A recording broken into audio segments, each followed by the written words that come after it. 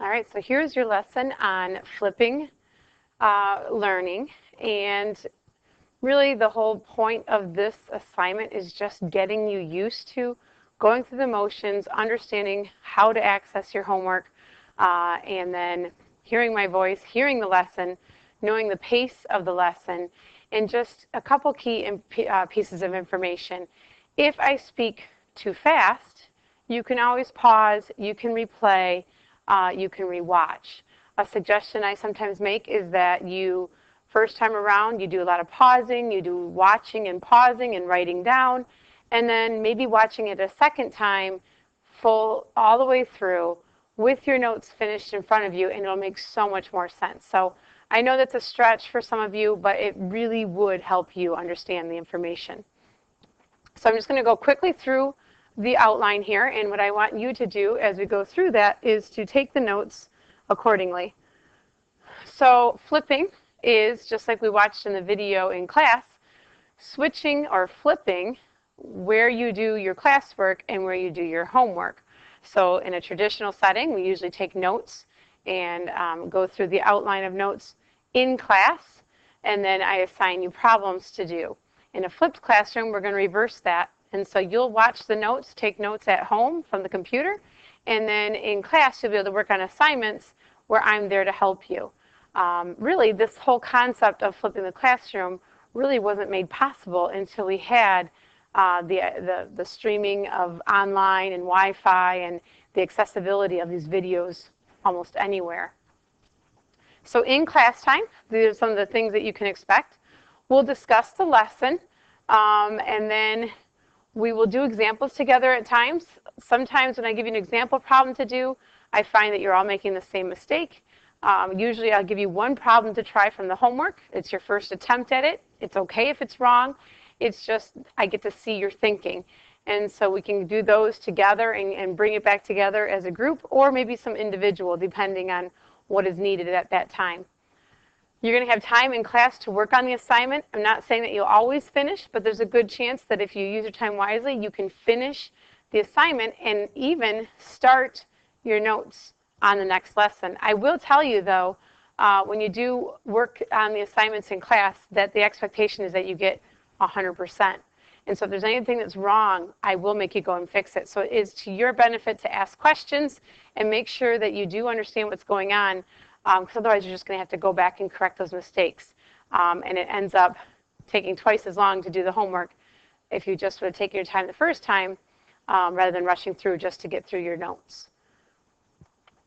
We're going to check and work on other work as well. So we'll have opportunities to go deeper into our understanding, work with people, work with a partner, maybe do some fun Kahoots or some games just to make sure that you understand the information. And so it does allow us to do a few extra things because we're not just sitting here taking the notes. So your new homework will be watching the videos. I try to keep them under 20 minutes. Every once in a while, usually at the beginning of a new section or new chapter, they're usually a little bit longer just because of all the terminology. A lot of times that first lesson likes to give a lot of terminology in regards to that chapter. But I've had notes as low as 5 minutes at times, so it just depends on what's being taught. You're going to fill out the note sheets that are provided for you. I have extra blank note sheets available on my website, so if you need them, if you lose your note sheet, or if maybe you are absent and you don't have access to the outline, but you want to take notes and come to class prepared and so you're not behind, you can always get those outlines on my website. There's a lesson summary and a practice problem. Lesson summary is more of like a question in regards to the notes. It's not necessarily always doing the actual problem or going through the mathematical parts of the problem. It's more of like were you listening, an identification type of question.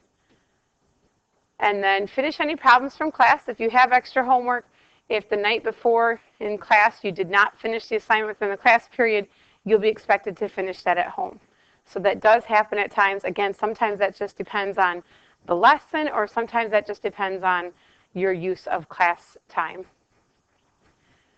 You can also review or study for tests or quizzes from home, and I'll give you review time in class, but what's nice about having the recorded lessons, if you're trying to prep for a test that covers 8 sections, it may have been over a month's worth of time, and so what's nice is you can go back and watch videos of those lessons that you just can't remember because it's been a while, refresh your memory, and it'll come to you.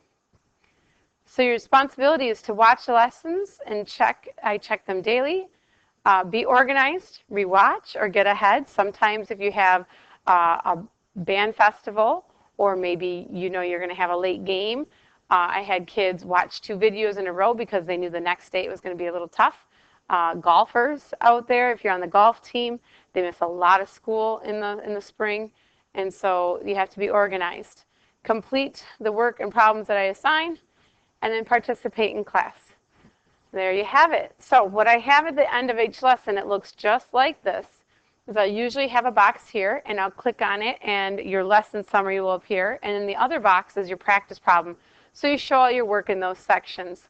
So today, all I want is for you to pose a question, a concern, maybe something you're excited about, maybe something you're confused about the flipped learning. So if there's something that you're looking forward to, or maybe you're fearing, maybe you're like, well, my Wi-Fi is not so great, or I don't have internet. We're going to talk about those issues, and we've talked about those in class.